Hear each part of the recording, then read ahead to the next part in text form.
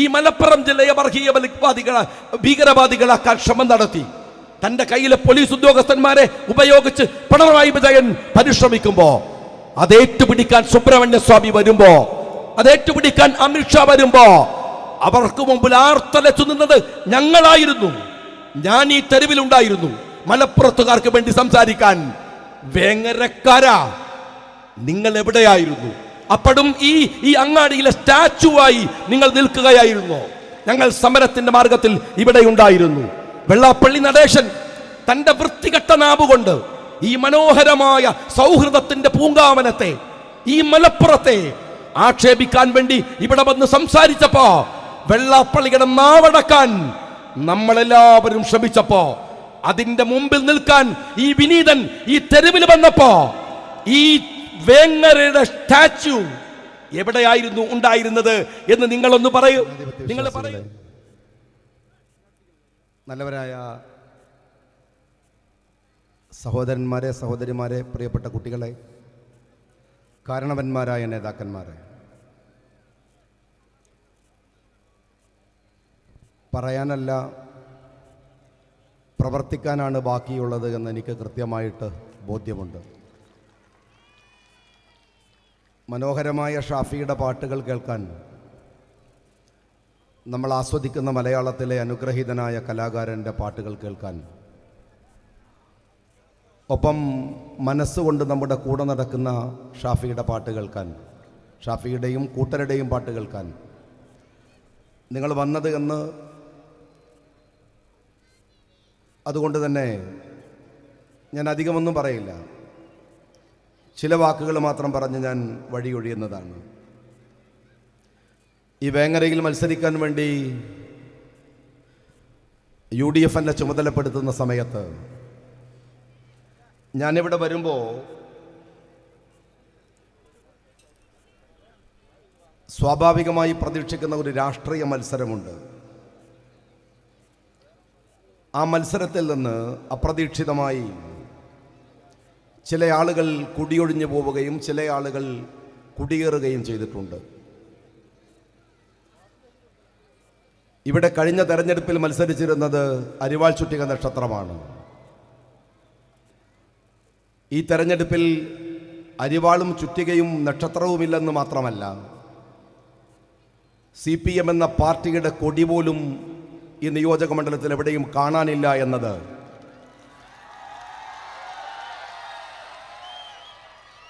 അരിവാളും ചുറ്റികയും നക്ഷത്രം മാത്രമല്ല, നിങ്ങളുടെ കൊടിയടയാളം വരെ പറിച്ചു കളയാൻ കഴിഞ്ഞു എന്നതിലുള്ള സന്തോഷമാണ് തുടങ്ങുമ്പോൾ തന്നെ എന്നെ സംബന്ധിച്ചിടത്തോളം ഉള്ളത്. ഈ മണ്ഡലത്തിൽ വരുമ്പോൾ എല്ലാവരും എന്നോട് പറഞ്ഞ ഒരു കാര്യമുണ്ട്, ഞാനത് ആവർത്തിച്ചതാണ്. ഈ മണ്ഡലം ഒരു ചെറിയ മണ്ഡലമാണ്, കൈവെള്ളയിൽ ഒതുങ്ങുന്ന മണ്ഡലമാണ്. ഒരർത്ഥത്തിൽ അതൊരു സത്യമാണ്. പക്ഷേ ഭൂവിസ്തൃതി അനുസരിച്ച് അത് സത്യമല്ല. നേരത്തെ വേങ്ങരക്കാർക്ക് വേങ്ങരയുടെ ഉൾഭാഗങ്ങളിലൂടെ യാത്ര ചെയ്യണമെങ്കിൽ കോട്ടക്കലിലൊക്കെ പോയി, മലപ്പുറത്ത് പോയി തിരിഞ്ഞു കറങ്ങി മറിഞ്ഞ് 10-20 കിലോമീറ്റർ യാത്ര ചെയ്യേണ്ടിടത്ത് വളരെ മനോഹരമായി കടലിൻ്റെ പുഴയിലൊക്കെ സുന്ദരമായ പാലങ്ങൾ ഉണ്ടാക്കി വേങ്ങരയെ ഒരു കോഴിമുട്ട പോലെ ചെറുതാക്കിയത് PK കുഞ്ഞാലിക്കുട്ടി സാഹിബിൻ്റെ വളരെ നയപരമായ സമീപനങ്ങൾ കൊണ്ടും കൺസ്ട്രക്ഷൻ കൊണ്ടുമാണ്. അതുകൊണ്ട് തന്നെയാണ് ഈ വേങ്ങരയുടെ പ്രത്യേകതയെ ഞാൻ പറയുന്നത്. തെരഞ്ഞെടുപ്പ് ആരംഭിച്ചത് മുതൽ 2 സന്തോഷം എനിക്കുണ്ട്.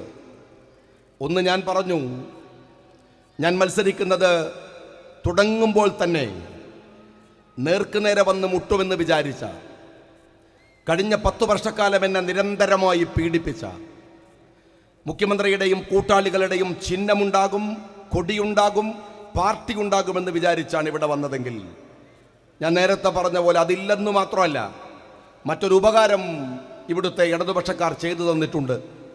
എന്തെന്നാൽ എന്നെ ഇരുട്ടിൻ്റെ മറവിൽ തെറിവിളിക്കുന്ന, ഇരുട്ടിൻ്റെ മറവിൽ ആക്രമിക്കാൻ ശ്രമിക്കുന്ന, ഇരുട്ടിൻ്റെ മറവിൽ എന്നെ തേജോവധം ചെയ്യാൻ പേജായ പേജുകളും സ്റ്റേജായ സ്റ്റേജുകളും ഒക്കെ ഉപയോഗിക്കുന്ന SDPI-കാരനെ ഇരുട്ടിൻ്റെ മറവിൽ നിന്ന് നേരെ മുന്നിൽ കൊണ്ടുവന്ന് നിർത്തിത്തരാൻ കാണിച്ച സൗമനസ്യത്തിന് CPM-നോട് ഞാൻ ഹൃദയപൂർവ്വം നന്ദി പറയുകയാണ്.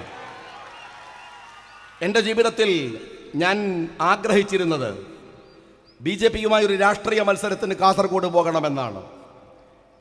എന്നാൽ അതിന് സമാനമാം വിധം മറ്റൊരു വർഗീയ സംഘടനയോട് ഏറ്റുമുട്ടാൻ വേങ്ങരയിൽ കഴിഞ്ഞു എന്നതാണ് എന്നെ സംബന്ധിച്ചിടത്തോളം എൻ്റെ ചാരിതാർത്ഥ്യമെന്ന് ഞാൻ ആദ്യമേ പറയുകയാണ്. ഈ തെരഞ്ഞെടുപ്പിന് ഒരു രാഷ്ട്രീയ പ്രാധാന്യമുണ്ട്.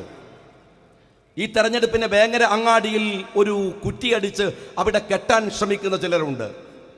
ഇത് വേങ്ങരയുടെ മാത്രം തെരഞ്ഞെടുപ്പല്ല, കേരളത്തിൻ്റെ മാത്രം തെരഞ്ഞെടുപ്പല്ല. സ്നേഹമുള്ളവരെ, മെയ് 4-ാം തീയതി നിങ്ങൾ TV-യുടെ മുമ്പിൽ ഇരിക്കുന്നതൊരു പക്ഷേ വേങ്ങര ജയിച്ചത് അറിയാനായിരിക്കാം. പക്ഷേ അന്ന് അമിത പ്രാധാന്യത്തോടെ ഇന്ത്യ ചർച്ച ചെയ്യുന്നത് ഇന്ത്യയിലെ സ്റ്റേറ്റുകളിൽ എത്ര സ്റ്റേറ്റുകൾ രാഹുൽ ഗാന്ധിക്ക് കിട്ടി, പിന്തുണ തന്നു എന്ന് അറിയാനായിരിക്കും. അതാണ് ഈ തെരഞ്ഞെടുപ്പിൻ്റെ പ്രത്യേകത. ഞാനൊരു കാര്യം നിങ്ങളോട് പറയട്ടെ, നിങ്ങൾ എന്നെ തെരഞ്ഞെടുത്താൽ വേങ്ങരയ്ക്ക് വേണ്ടി, കേരളത്തിനു വേണ്ടി, ഈ ദുർഭരണം അവസാനിപ്പിക്കുന്ന പുതിയ മുഖ്യമന്ത്രിക്ക് വേണ്ടി കൈ ഉയർത്താൻ മാത്രമല്ല, ഈ രാജ്യത്തിലെ ഫാഷിസത്തെ വേരോടെ പിഴുതറിയാൻ ജനിച്ച ഒരു മനുഷ്യൻ രാഹുൽ ഗാന്ധിക്ക് കൂടെ പിന്തുണ കൊടുക്കാനാണ് ഞാൻ കേരളത്തിൻ്റെ നിയമസഭയിലേക്ക് പോകേണ്ടത് എന്ന് ഞാൻ വിചാരിക്കുന്നുണ്ട്, വിശ്വസിക്കുന്നുണ്ട്.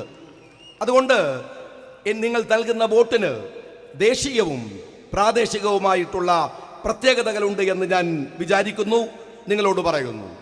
രണ്ടർത്ഥത്തിൽ നമ്മൾ പ്രയാസത്തിലാണ്. ഇതാ ഇന്ന് വേങ്ങര അങ്ങാടിയിലൊരു ബോർഡുണ്ട്. വേങ്ങരയിലെ നയാര പെട്രോൾ പമ്പിൽ വില വർദ്ധിച്ചിരിക്കുന്നു, പെട്രോളിൻ്റെ വില വർദ്ധിച്ചിരിക്കുന്നു. നയാര പെട്രോൾ പമ്പിൽ നാളെ അതെല്ലായിടത്തും ഉണ്ടാകും. മിനിഞ്ഞാന്നാണ് ഗ്യാസിൻ്റെ വില വർദ്ധിച്ചത്. ഇത്രമേൽ അഴിമതി നിറഞ്ഞ, ഇത്രമേൽ മനുഷ്യനെ പിടിഞ്ഞെടുക്കുന്ന, നിങ്ങൾ ഓർക്കണം, ക്രൂഡ് ഓയിലിന് ഒരു ബാരലിന് $100 ഉള്ള സമയത്തുള്ള റേറ്റാണ് 60-ഉം 65-ഉം റേറ്റ് ഉള്ളപ്പോഴും ഈ രാജ്യം കൂട്ടുന്നത് എന്ന് നിങ്ങൾ മനസ്സിലാക്കണം. ഭീകരമായ അഴിമതി, അദാനിയെ മുന്നിൽ നിർത്തി നടത്തുന്ന അഴിമതി. നമുക്കറിയാം, ഇറാനിൽ നടന്ന യുദ്ധം എങ്ങനെയാണ് വേങ്ങര അങ്ങാടിയിൽ ബാധിക്കുന്നത്. ഇവിടെ ചിലർ വേങ്ങര അങ്ങാടിയിലെ തെരഞ്ഞെടുപ്പ് എന്ന രൂപത്തിൽ കൈകാര്യം ചെയ്യുന്നുണ്ടല്ലോ. ഞാൻ അവരോട് ചോദിക്കുന്നു, പിന്നെ എങ്ങനെയാണ് ഇറാനിൽ ബോംബ് വീണപ്പോൾ വേങ്ങരയിൽ ഗ്യാസ് തീർന്നത്? രാഷ്ട്രീയം അറിയില്ലെങ്കിൽ ഞാൻ അവരോട് പറയട്ടെ, ലോകം ഇപ്പോൾ ഒരു രാജ്യവും സ്വതന്ത്രമായി നിൽക്കുന്നവരല്ല. എല്ലാ രാഷ്ട്രങ്ങളും തമ്മിൽ ഇന്റർ കണക്ടിവിറ്റി ഉണ്ട്. എല്ലാ രാഷ്ട്രങ്ങളും തമ്മിൽ ഇന്റർ കണക്ടിവിറ്റി ഉണ്ട്. ഇതൊരു ഗ്ലോബൽ വില്ലേജ് ആണ്. ഇതൊരു ഗ്ലോബൽ വില്ലേജ് ആണ്. ആ അർത്ഥത്തിലാണ് ഇറാനിലെ യുദ്ധം നമ്മളുടെ വേങ്ങരയെ ബാധിക്കുന്നത്.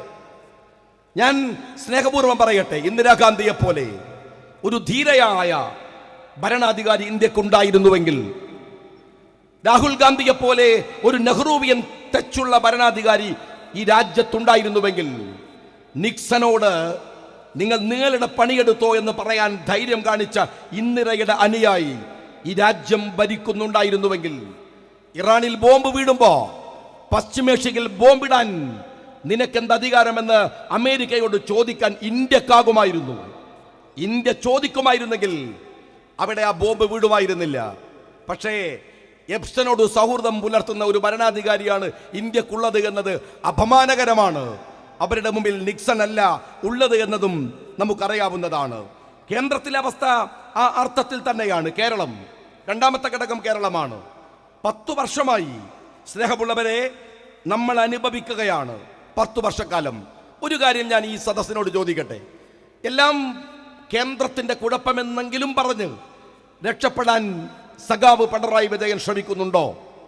ഉണ്ടെങ്കിൽ ഒരു ചോദ്യമുണ്ട്. ഡീസലിന്റെ വില വർദ്ധിപ്പിക്കുന്നത് കേന്ദ്രം മാത്രമാണോ? പെട്രോളിന്റെ വില വർദ്ധിപ്പിക്കുന്നത് കേന്ദ്രം മാത്രമാണോ?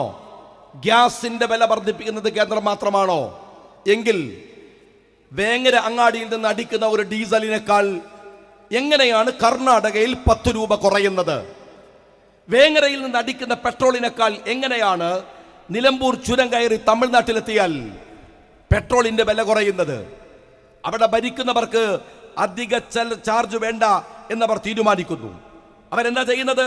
സെൻട്രൽ ഗവൺമെന്റ് കൂട്ടുന്ന അധിക വില കേരളത്തിനോ കർണാടകക്കോ തമിഴ്നാട്ടിനോ വേണ്ടെന്ന് പറയുന്നു.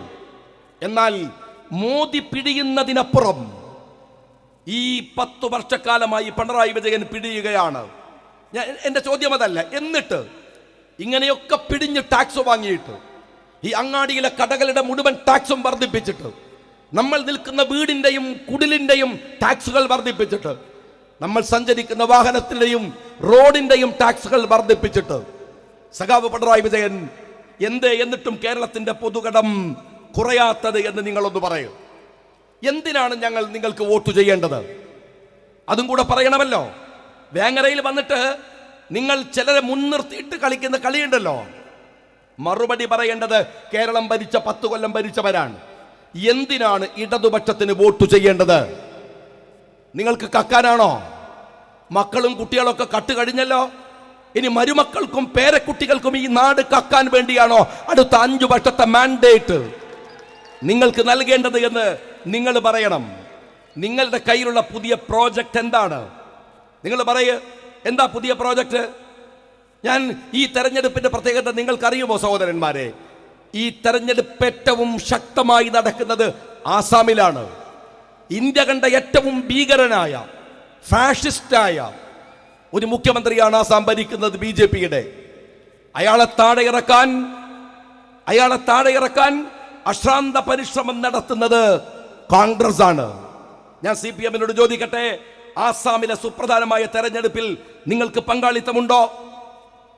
രണ്ടാമത്തെ പ്രധാനം കേരളമല്ല. രണ്ടാമത്തെ പ്രധാനപ്പെട്ട തെരഞ്ഞെടുപ്പ് പശ്ചിമ ബംഗാളിലാണ്. എൻ്റെ CPM-കാരാ, ആ പശ്ചിമ ബംഗാളിലെ തെരഞ്ഞെടുപ്പിൽ നിങ്ങൾക്ക് BJPയെ തോൽപ്പിക്കാനുള്ള ത്രാണിയുണ്ടോ? കോൺഗ്രസ് അവിടെ അതിനുള്ള പരിശ്രമങ്ങൾ നടത്തുന്നുണ്ട്. BJPയെ തോൽപ്പിക്കാൻ ഞാൻ ഒരു കാര്യം കൂടെ ചോദിക്കട്ടെ. കേരളത്തിൽ BJP തോൽപ്പിക്കാൻ തീരുമാനിച്ച ചിലരുണ്ട്.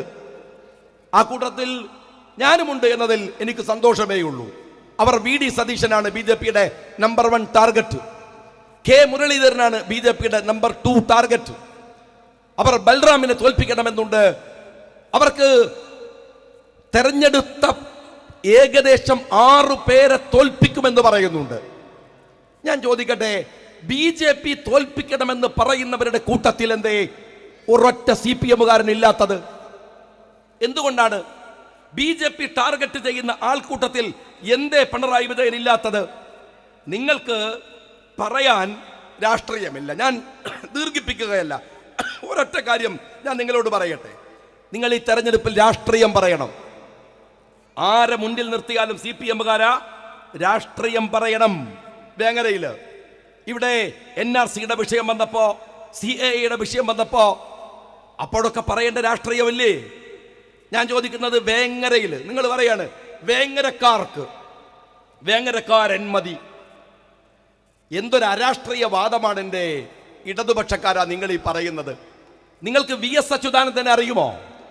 VS ആലപ്പുഴയിൽ നിന്ന് വന്ന് പാലക്കാട് മത്സരിച്ചിട്ടാണ് അയാൾ കേരളത്തിന്റെ മുഖ്യമന്ത്രിയായത്. നിങ്ങൾ രാഷ്ട്രീയം അറിയുമോ? സ്വരാജ് നിലമ്പൂർക്കാരനാണ്. നിലമ്പൂർക്കാർ സ്വരാജിനെ തോൽപ്പിച്ചു. നിലമ്പൂരുകാർ സിരോജിനെ തോൽപ്പിച്ചു. പക്ഷേ എറണാകുളത്തുകാർ സ്വരാജിനെ ജയിപ്പിച്ചു. നിങ്ങൾ പറയുന്ന രാഷ്ട്രീയത്തോട് ഞാൻ ചോദിക്കട്ടെ, ഈ പ്രാദേശികവാദമാണ് രാഷ്ട്രീയമായി നിങ്ങൾ സ്വീകരിക്കുന്നതെങ്കിൽ, അതാണ് നിങ്ങൾക്ക് പറയാനുള്ളതെങ്കിൽ, വേങ്ങരയിലെ ജനങ്ങളോട് ഞാൻ പറയട്ടെ, എത്രയോ ഉപഭൂഖണ്ഡങ്ങൾക്കപ്പുറത്ത് ഒരു മനുഷ്യൻ, ആ മനുഷ്യന്റെ കട്ടൗട്ടും ഫ്ലക്സും ഒക്കെ ഈ വേങ്ങരയുടെ ഗ്രാമങ്ങളിലും നഗരങ്ങളിലും ഒക്കെ ഉണ്ടായിരുന്നു. ഇതാരാണ് എന്ന് വേങ്ങരക്കാർ ചോദിച്ചോ? നമ്മുടെ കാർന്നോമാര് ചോദിച്ചോ? നമ്മുടെ കുട്ടികൾ ചോദിച്ചോ? ഒറ്റ കാര്യം, അയാൾ ഏത് ജാതി, ഏത് മതം, ഏത് രാഷ്ട്രീയം ഒന്നും വേങ്ങരക്ക് വിഷയമല്ല. അയാൾ അതിമനോഹരമായി കാൽപന്തു കളിച്ച് ലോകത്തിന്റെ കപ്പ് വാങ്ങാൻ പോയ ഒരുത്തനാണ്. ആ മനുഷ്യനെ ഹൃദയപൂർവ്വം സ്വീകരിച്ച മനസ്സുള്ളവരാണ് ഈ മലപ്പുറത്തിന്റെ ഗ്രാമങ്ങൾ. എത്രയോ ഉപഭൂഖണ്ഡങ്ങൾക്ക് അപ്പുറത്ത്. CPM-കാരാ, നീ മലപ്പുറത്തുകാരെ അണ്ടർ എസ്റ്റിമേറ്റ് ചെയ്യരുത്. തുർക്കിയിലെ ഖിലാഫത്ത് തീരുമ്പോ അന്ന് ഗൂഗിളില്ല, ഇന്റർനെറ്റ് ഇല്ല, ഒരു സൗകര്യവും ഇല്ല, ഫേസ്ബുക്ക് ഇല്ല.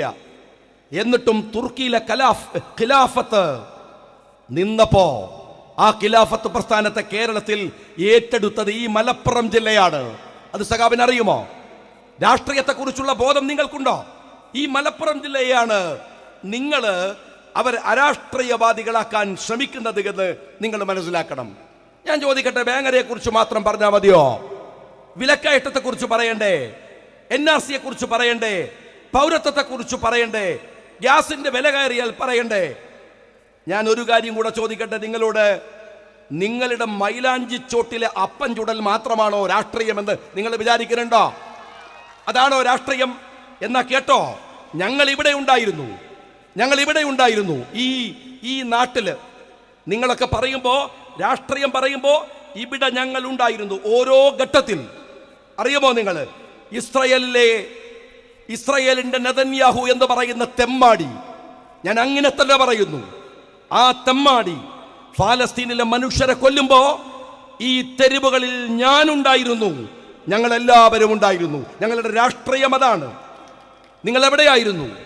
വോട്ട് ചെയ്യാൻ നേരത്ത് വന്ന് വോട്ട് ചോദിക്കുന്നില്ലേ? എവിടെയായിരുന്നു നിങ്ങൾ? ഈ വേങ്ങരക്കാർക്ക് അറിയാലോ, ഞാൻ 24 മണിക്കൂറും വേങ്ങരയിലാണ്. എന്നെ വേങ്ങരയിലെ സ്റ്റാച്യു പോലെ നിങ്ങൾക്ക് കാണാൻ പറ്റും. എന്നാൽ വേങ്ങരക്കാരോട് ഞാൻ ചോദിക്കട്ടെ, ഇസ്രയേൽ ഫലസ്തീന്റെ മുകളിൽ അതിക്രമം നടത്തുമ്പോ വേങ്ങരയിലെ സകല മനുഷ്യരും തെരുവിലിറങ്ങിയപ്പോ നിങ്ങളുടെ സ്ഥാനാർത്ഥി എവിടെയായിരുന്നു എന്ന് നിങ്ങൾ പറയണം. വഖഫ് നിയമം കൊണ്ടുവന്ന് ഒരു സമുദായത്തെ പ്രതിക്കൂട്ടിലാക്കാൻ, അവരുടെ സ്വത്തുക്കൾ അടിച്ചു മാറ്റാൻ കേന്ദ്രവും കേരളവും തീരുമാനിച്ചപ്പോ ഞങ്ങൾ ഈ തെരുവിൽ ഉണ്ടായിരുന്നു. സഖാക്കളെ, നിങ്ങളുടെ സ്ഥാനാർത്ഥി ഏതു മൈലാഞ്ചി പരിപാടിയിലായിരുന്നുണ്ടായിരുന്നത് എന്ന് നിങ്ങൾ പറയണം. രാജ്യത്തിൽ CAA കൊണ്ടുവന്നപ്പോ, NRC കൊണ്ടുവന്ന് പൗരത്വം നിഷേധിക്കാൻ ചിലർ ശ്രമിച്ചപ്പോ ഈ തെരുവുകളിൽ ഞങ്ങൾ ഉണ്ടായിരുന്നു. നിങ്ങളുടെ സ്ഥാനാർത്ഥി എവിടെയായിരുന്നു ഉണ്ടായിരുന്നത് എന്ന് നിങ്ങൾ പറഞ്ഞേ മതിയാവൂ. കോവിഡിന്റെ മറവിൽ ഈ നാട്ടിലെ മനുഷ്യരുടെ പണം അടിച്ചു മാറ്റാൻ നിങ്ങളുടെ സക്കാത്ത് എനിക്ക് തരൂ എന്ന് മുഖ്യമന്ത്രി പോസ്റ്റ് ഇട്ടപ്പോ തരില്ല, പോയി പണി നോക്ക് എന്ന് മുഖ്യമന്ത്രിയോട് പറയാൻ ഞങ്ങൾ ഈ തെരുവിലുണ്ടായിരുന്നു. പീഡനങ്ങൾ ഏറ്റുവാങ്ങിയിട്ടുണ്ട്. പക്ഷേ സഖാവേ, നിന്റെ സ്ഥാനാർത്ഥി എവിടെയായിരുന്നു ഉണ്ടായിരുന്നത്? വോട്ട് ചോരി കൊണ്ടുവന്ന് ഈ രാജ്യത്തിലെ മനുഷ്യരെ അപകടപ്പെടുത്താൻ, കള്ളവോട്ടുകൾ കൊണ്ട് രാജ്യം ഭരിക്കാൻ BJP ശ്രമിച്ചപ്പോ, അതിന്റെ പ്രതിരോധം തീർക്കാൻ രാഹുൽ ഗാന്ധി വന്നപ്പോ ആ രാഹുലിന് പിന്തുണ പ്രഖ്യാപിച്ച് ഞങ്ങൾ ഈ തെരുവിലുണ്ടായിരുന്നു. എന്റെ പ്രിയപ്പെട്ട സ്ഥാനാർത്ഥി, നിങ്ങൾ എവിടെയായിരുന്നു ഉണ്ടായിരുന്നത്? ജനാധിപത്യത്തെ അട്ടിമറിക്കാൻ വന്നപ്പോഴൊക്കെ ഊരാലുങ്കൽ എന്ന് പറയുന്ന ഒരു സൊസൈറ്റി ഉണ്ടാക്കി മലപ്പുറത്തിലെ കോൺട്രാക്ടർമാരുടെ വയറ്റത്തടിച്ച് സഖാബ് പിണറായി വിജയൻ സമ്പത്ത് വാരിക്കൂട്ടുമ്പോ അതിനെതിരെ പ്രതിരോധിക്കാൻ ഞങ്ങൾ ഈ മലപ്പുറത്തിന്റെ തെരുവിലുണ്ടായിരുന്നു, കേരളത്തിന്റെ തെരുവിലുണ്ടായിരുന്നു. നിങ്ങളുടെ സ്ഥാനാർത്ഥി എവിടെയായിരുന്നു ഉണ്ടായിരുന്നത്? കേരളയിൽ കൊണ്ടുവന്ന് പാവപ്പെട്ട മനുഷ്യരെ തെരുവിലേക്ക് ഇറക്കാൻ സഖാബ് പിണറായി വിജയൻ പരിശ്രമിച്ചപ്പോ ആ പാവങ്ങളെ ചേർത്ത് പിടിച്ച് ഞങ്ങൾ ഈ തെരുവിലുണ്ടായിരുന്നു. നിങ്ങളുടെ സ്ഥാനാർത്ഥി എവിടെയായിരുന്നു ഉണ്ടായിരുന്നത്? മധു എന്ന് പറയുന്ന ഒരു പാവം മനുഷ്യൻ വിശന്ന് പൊരിഞ്ഞ് ഒരു ഭക്ഷണം എടുത്തപ്പോ ആ പാവം മനുഷ്യരെ തച്ചുകൊല്ലാൻ ഈ രാജ്യത്തിലെ മാനുഷികതയില്ലാത്തവർ രംഗത്ത് വന്നപ്പോ മധുവിന് വേണ്ടി സംസാരിക്കാൻ ഞങ്ങൾ ഈ തെരുവിലുണ്ടായിരുന്നു. ഞാൻ ചോദിക്കുന്നു ഇടതുപക്ഷത്തോട്, നിങ്ങളുടെ സ്ഥാനാർത്ഥി എവിടെയായിരുന്നു ഉണ്ടായിരുന്നത്? 8 നക്സലേറ്റുകളെ, ചുവന്ന കൊടി പിടിച്ച, കമ്മ്യൂണിസം പഠിച്ച 8 നക്സലേറ്റുകളെ നിങ്ങൾ വെടിവെച്ചു കൊന്നപ്പോ അവർക്ക് വേണ്ടി സംസാരിക്കാൻ ഞങ്ങൾ ഈ തെരുവിലുണ്ടായിരുന്നു. പ്രിയപ്പെട്ട സ്ഥാനാർത്ഥി, നിങ്ങൾ എവിടെയായിരുന്നു? അലനും താഹയും എന്ന് പറയുന്ന 2 ചെറുപ്പക്കാരെ ഈ ഗവൺമെന്റ് പീഡിപ്പിച്ച് UAPA ചാർത്തി ആ മക്കളെ പീഡിപ്പിച്ചപ്പോ സഖാവേ, ഞങ്ങൾ ഈ തെരുവിലുണ്ടായിരുന്നു. നിങ്ങളുടെ സ്ഥാനാർത്ഥി എവിടെയാണ് ഉണ്ടായിരുന്നത്? TP ചന്ദ്രശേഖരനെ വെട്ടിക്കൊന്നപ്പോ, കൃപേഷിനെയും ശരത്ലാലിനെയും വെട്ടിക്കൊന്നപ്പോ, ഷുഐബിനെയും ഷുക്കൂറിനെയും വെട്ടിക്കൊന്നപ്പോ ഞങ്ങൾ ഈ രാജ്യത്തിന്റെ തെരുവുകളിൽ ജനാധിപത്യത്തിന്റെ പ്രതിരോധവുമായി ഞങ്ങൾ ഉണ്ടായിരുന്നു. നിങ്ങളുടെ സ്ഥാനാർത്ഥി എവിടെയാണ് ഉണ്ടായിരുന്നത്? ഈ മലപ്പുറം ജില്ലയെ വർഗീയ ഭീകരവാദികളാക്കാൻ ശ്രമം നടത്തി തന്റെ കയ്യിലെ പോലീസ് ഉദ്യോഗസ്ഥന്മാരെ ഉപയോഗിച്ച് പിണറായി വിജയൻ പരിശ്രമിക്കുമ്പോ, അത് ഏറ്റുപിടിക്കാൻ സുബ്രഹ്മണ്യ സ്വാമി വരുമ്പോ അത് ഏറ്റുപിടിക്കാൻ അമിത്ഷാ വരുമ്പോ അവർക്ക് മുമ്പിൽ ആർത്തലച്ചു നിന്നത് ഞങ്ങളായിരുന്നു. ഞാൻ ഈ തെരുവിലുണ്ടായിരുന്നു മലപ്പുറത്തുകാർക്ക് വേണ്ടി സംസാരിക്കാൻ. വേങ്ങരക്കാരാ, നിങ്ങൾ എവിടെയായിരുന്നു? അപ്പോഴും ഈ അങ്ങാടിയിലെ സ്റ്റാച്ചുവായി നിങ്ങൾ നിൽക്കുകയായിരുന്നു. ഞങ്ങൾ സമരത്തിന്റെ മാർഗത്തിൽ ഇവിടെ ഉണ്ടായിരുന്നു. വെള്ളാപ്പള്ളി നടേശൻ തന്റെ വൃത്തികെട്ട നാവുകൊണ്ട് ഈ മനോഹരമായ സൗഹൃദത്തിന്റെ പൂങ്കാവനത്തെ, ഈ മലപ്പുറത്തെ ആക്ഷേപിക്കാൻ വേണ്ടി ഇവിടെ വന്ന് സംസാരിച്ചപ്പോ, വെള്ളാപ്പള്ളിയുടെ നാവടക്കാൻ നമ്മളെല്ലാവരും ശ്രമിച്ചപ്പോ, അതിന്റെ മുമ്പിൽ നിൽക്കാൻ ഈ വിനീതൻ ഈ തെരുവിൽ വന്നപ്പോ, ഈ വേങ്ങരയുടെ സ്റ്റാച്യു എവിടെയായിരുന്നു ഉണ്ടായിരുന്നത് എന്ന് നിങ്ങളൊന്ന് പറയൂ. നിങ്ങൾ പറയൂ. ശബരിമലയിൽ ഈ രാജ്യത്തിലെ 80% വരുന്ന ഹിന്ദു സഹോദരന്മാർ, അവരുടെ ശബരിമലയിലെ ആചാരമുണ്ട്, വിശ്വാസമുണ്ട്. ആ വിശ്വാസത്തെ മറികടക്കാൻ മുസ്ലിങ്ങളെ പോലും ആ ജാഥയിലേക്ക് ചേർത്ത് നിർത്തി നിങ്ങൾ അപകടമുണ്ടാക്കാൻ ശ്രമിച്ചപ്പോ, ഈ രാജ്യത്തിലെ അയ്യപ്പ ഭക്തന്മാരെ നെഞ്ചോട് ചേർത്ത് പിടിച്ച് ഞങ്ങൾ ഈ വേങ്ങര അങ്ങാടിയിൽ ഉണ്ടായിരുന്നു, കേരളത്തിന്റെ തെരുവിലുണ്ടായിരുന്നു. വോട്ട് ചോദിക്കാൻ വരുന്ന സ്ഥാനാർത്ഥി എവിടെ ഉണ്ടായിരുന്നു ആ സമയത്ത് എന്ന് ഒന്ന് പറഞ്ഞു തന്നാൽ ഞങ്ങൾക്കത് മനസ്സിലാവും.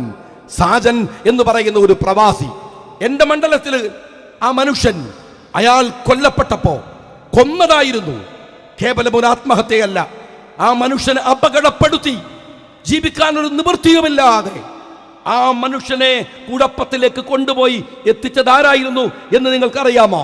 ശ്യാമള, CPM-ന്റെ സംസ്ഥാന സെക്രട്ടറിയുടെ ഭാര്യ, തളിപ്പറമ്പിലെ ഇപ്പോഴത്തെ സ്ഥാനാർത്ഥി.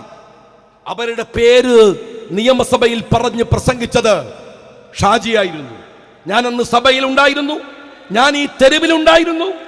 നിങ്ങളുടെ സ്ഥാനാർത്ഥി ഏത് മൈലാഞ്ചി ചോട്ടിലായിരുന്നു ഉണ്ടായിരുന്നത് എന്ന് നിങ്ങളൊന്ന് പറയൂ. ഞാൻ ചോദിക്കുന്നു നിങ്ങളോട് ഞാൻ ചോദിക്കുന്നു. CPM എന്ന് പറയുന്നത് ഒരു കൊള്ള സംഘമാണെന്ന് അന്ന് ഞാൻ പറഞ്ഞു. പ്രിയപ്പെട്ട സഹോദരന്മാരെ, അത് നിയമസഭക്കകത്തു വെച്ചാണ്. എന്നാൽ ഇന്നത് പറയുന്നത് കോൺഗ്രസ് അല്ല, ലീഗല്ല, CPM-കാരനായ കുഞ്ഞിക്കണ്ണനാണ്, G. സുധാകരനാണ്. നിങ്ങൾ എവിടെയായിരുന്നു CPM-കാരാ എന്നൊന്ന് പറയൂ. നിയമസഭയുടെ അകത്തു വെച്ച് അന്ന് ED വന്നില്ല, അന്ന് NIA വന്നില്ല, അന്ന് CBI വന്നില്ല. നിയമസഭയുടെ അകത്ത് അഴീക്കോട്ടുകാർ എനിക്ക് തന്ന പ്രിവിലേജ് വെച്ച് മുഖ്യമന്ത്രിയുടെ മുഖത്തേക്ക് വിരൽ ചോണ്ടി അങ്ങയുടെ മകൾ കള്ളിയാണ്, അഴിമതിക്കാരിയാണ് എന്ന് ഞാൻ പറഞ്ഞതിന് ഒരുപാട് പീഡനങ്ങൾ ജീവിതത്തിൽ ഞാൻ ഏറ്റുവാങ്ങിയിട്ടുണ്ട്. ആ പീഡനത്തിനേക്കാൾ വലുതൊന്നും ജീവിതത്തിൽ ഞാൻ അനുഭവിക്കേണ്ടി വന്നിട്ടില്ല. എന്നിട്ടും ഞാൻ അത് പറഞ്ഞിട്ടുണ്ട്. ആ മകൾക്ക് പിന്നെ ED വന്നു, NIA വന്നു. അവരൊരു കള്ളിയാണെന്ന് കേരളത്തിന്റെ തെരുവിലേക്ക് അത് കൊണ്ടുവന്നത് ഞങ്ങളാണ്. ഞങ്ങൾ ഇവിടെയുണ്ടായിരുന്നു. സഖാക്കളെ, നിങ്ങൾ രാഹുൽ ഗാന്ധിയെ അപമാനിക്കുമ്പോ, രാഹുൽ ഗാന്ധി പൊറാട്ട തിന്നാൻ വന്നു എന്ന് സ്വരാജ് അപമാനിക്കുമ്പോ, ആ മനുഷ്യൻ നമ്മുടെ പ്രതീക്ഷയുടെ അവസാനത്തെ ബസ്സാണ്, ലാസ്റ്റ് ബസ്സാണ് എന്ന് ഞാൻ പറഞ്ഞതിന് നിങ്ങൾ കളിയാക്കിയിട്ടുണ്ട്. പക്ഷേ അതല്ലാത്തൊരു ബസ്സില്ല എന്ന് ഇപ്പോഴും നിങ്ങൾക്ക് പറയാൻ കഴിഞ്ഞിട്ടില്ല. ഞങ്ങൾ ഈ തെരുവിലുണ്ടായിരുന്നു. എൻ്റെ ചോദ്യം ഇതാണ് വേങ്ങരക്കാരോട്: എവിടെയാണ് അനീതി നടക്കുമ്പോൾ, തെറ്റായ ഒരു കാര്യം വരുമ്പോൾ നിങ്ങൾ ഈ വേങ്ങരയിൽ നിന്ന് പല്ലിറുന്നതിന് മുമ്പ് ആർത്തലച്ചത് പറയാൻ ഈ ജനാധിപത്യത്തിന്റെ ഭൂമികയിൽ എന്നാൽ കഴിയുന്നതൊക്കെ ഞാൻ ചെയ്തിട്ടുണ്ട്. വിശ്രമിച്ചിട്ടില്ല, ബുദ്ധിമുട്ടിയിട്ടില്ല. ധീരന്മാർ ഒരിക്കലേ മരിക്കൂ എന്നത് എൻ്റെ ബോധ്യമാണ്. ഭീരുക്കൾ മരിച്ചുകൊണ്ടേ ഇരിക്കുമെന്നത് എൻ്റെ ബോധ്യമാണ്. നിങ്ങൾ എത്ര ഇല്ലാതെയാക്കാൻ ശ്രമിച്ചിട്ടും ഞാൻ അടങ്ങിയിട്ടില്ല. ഞാൻ സ്നേഹപൂർവം നിങ്ങളോട് പറയുന്നു, നിങ്ങൾ ഏതർത്ഥത്തിലാണ് ഇവിടെ ഈ നാട്ടില്, ഒന്നുകൂടെ ഞാൻ എൻ്റെ സഹോദരനായ സ്ഥാനാർത്ഥിയോട് പറയട്ടെ, വികസനം വികസനം അതാണല്ലോ പറയണത്. CPM-ന്റെ കൂടെ ചേർന്ന് നിന്നാൽ വികസനം ഉണ്ടാക്കാം എന്ന ഓർത്തോ. എല്ലാ വികസനവും എന്ന് പറഞ്ഞു ഒരന്യായത്തെ ന്യായീകരിക്കാൻ ഞങ്ങൾ വരില്ല. ഈ തെരഞ്ഞെടുപ്പിൽ തോറ്റുപോകുമെന്നത് സ്വാഭാവികമായും ഇടതുപക്ഷത്തിൻ്റെ വിധിയാണ്. പക്ഷേ അടുത്ത തെരഞ്ഞെടുപ്പിൽ കുറെ കൂടെ വേങ്ങരയിൽ വികസനം കൊണ്ടുവരാൻ BJP ആണെന്ന് നിങ്ങളുടെ സ്ഥാനാർത്ഥിക്ക് തോന്നിയാൽ അങ്ങോട്ട് പോയാലും ഞങ്ങൾ ഇവിടെ തന്നെ ഉണ്ടാകും. ആരെങ്കിലും കൊണ്ടുവരുന്ന വികസനം എന്ന് പറഞ്ഞിട്ട് ഏറ്റെടുക്കാൻ മാത്രം മതേതര ബോധമില്ലാത്ത, ജനാധിപത്യ ബോധമില്ലാത്ത, ഫാഷിസത്തെ തിരിച്ചറിയാത്ത ആളുകളല്ല ഞങ്ങൾ എന്നുകൂടെ ഞങ്ങൾ പറയാൻ ഞാൻ അവസാനിപ്പിക്കുന്നു. നിങ്ങൾ എന്നെ തെരഞ്ഞെടുത്താൽ ചില കാര്യങ്ങളുണ്ട്.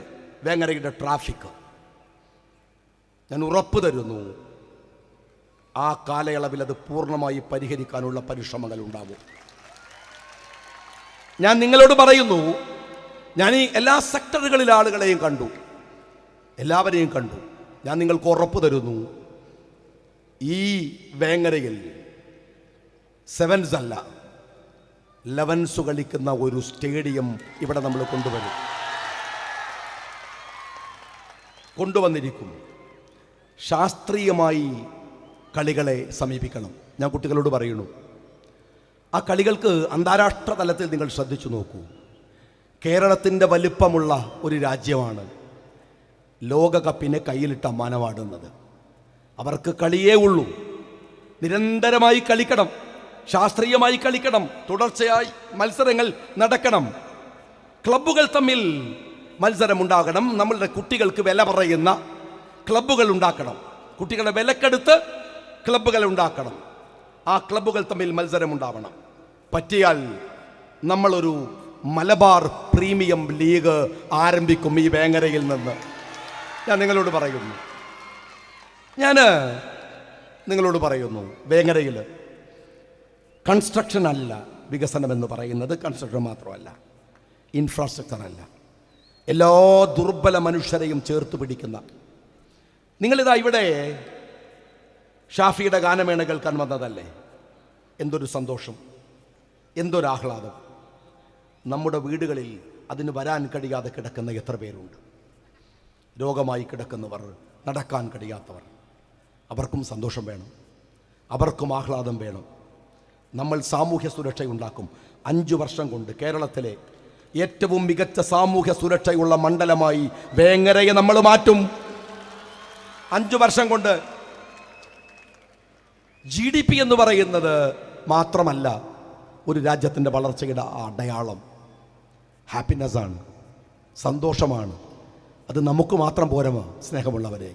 ഈ മണ്ഡലത്തിലെ അവസാനത്തെ കുഞ്ഞിനും ആഹ്ലാദം എത്തിക്കാൻ കഴിയുന്ന തരത്തിൽ നമ്മളൊരു നെറ്റ്വർക്ക് ഇവിടെ ഉണ്ടാക്കും. നമ്മുടെ കുട്ടികൾക്ക് പഠിക്കാൻ ഗൈഡ് ലൈൻ ഉണ്ടാകും. മറ്റൊരു കാര്യം ഞാൻ പറയുന്നു, ഞാനിന്ന് പഞ്ചായത്ത് പ്രസിഡന്റുമാരെയും വൈസ് പ്രസിഡന്റുമാരെയും ഒക്കെ കണ്ടു, ജില്ലാ പഞ്ചായത്ത് മെമ്പറും ബ്ലോക്ക് മെമ്പർ.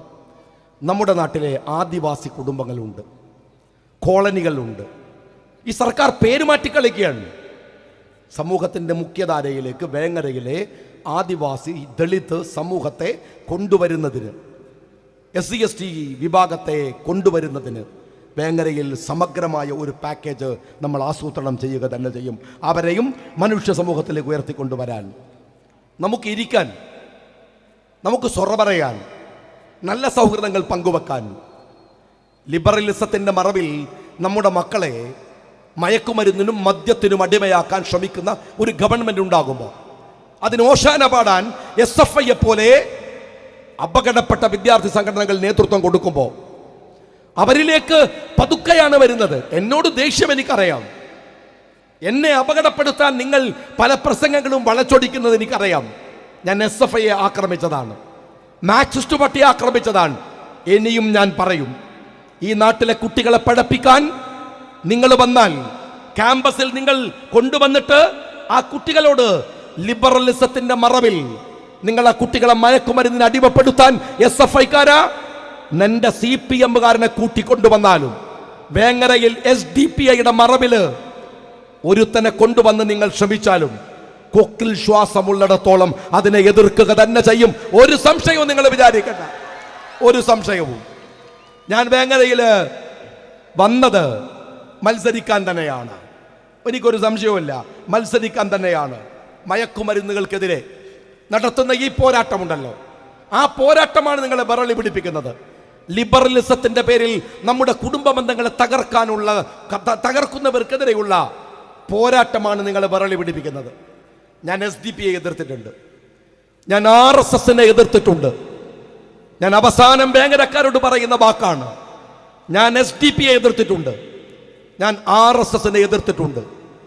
എൻ്റെ ജീവൻ ത്യജിക്കേണ്ടി വന്നാലും ഞാൻ അതിൽ നിന്ന് പിറകോട്ട് പോകുന്ന പ്രശ്നമില്ലെന്ന് CPM-കാരാ എന്നോട് ഞാൻ പറയുന്നു. പിന്നെയല്ലേ വേങ്ങര അഴീക്കോട് പോയി 27,000 വോട്ടിന് ജയിച്ച പ്രകാശൻ മാഷോട് മത്സരിച്ച് നിയമസഭയിൽ കയറി പിണറായി വിജയന്റെ മുഖത്ത് നോക്കി സംസാരിച്ചിട്ടുണ്ടെങ്കിൽ വേങ്ങരയിൽ നിന്ന് അതേ പിണറായി വിജയനെ വീണ്ടും കാണാൻ ഞാൻ നിയമസഭയിലേക്ക് പോകുന്നുണ്ട്. ആ സഭയിൽ നിന്ന് എന്നെ ഇറക്കി വിടാൻ ഗൂഢാലോചന നടത്തിയവരാ നിങ്ങൾ. പക്ഷേ വേങ്ങരക്കാരെ, ആ സഭക്കകത്തേക്ക് പോകാൻ, അധാർമികതക്കത്തെ പൊരുതാൻ ഞാൻ അവസാനിപ്പിക്കുന്നു. ഒറ്റൊന്നുകൂടെ, ഞാൻ 10 കൊല്ലം നിയമസഭയിൽ ഉണ്ടായിരുന്നു. എല്ലാ ദിവസവും സഭയിൽ ഹാജരായിരുന്നു. ഒരൊറ്റ ആബ്സെന്റ് ഇല്ല.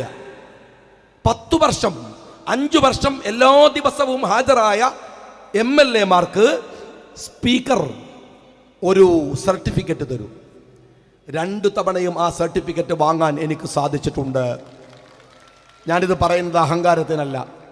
നിങ്ങൾ എന്നെ ഉത്തരവാദിത്തം ഏൽപ്പിച്ചാൽ ഞാൻ അവിടെ ഉണ്ടാകുമെന്ന് പറയാനാണ്.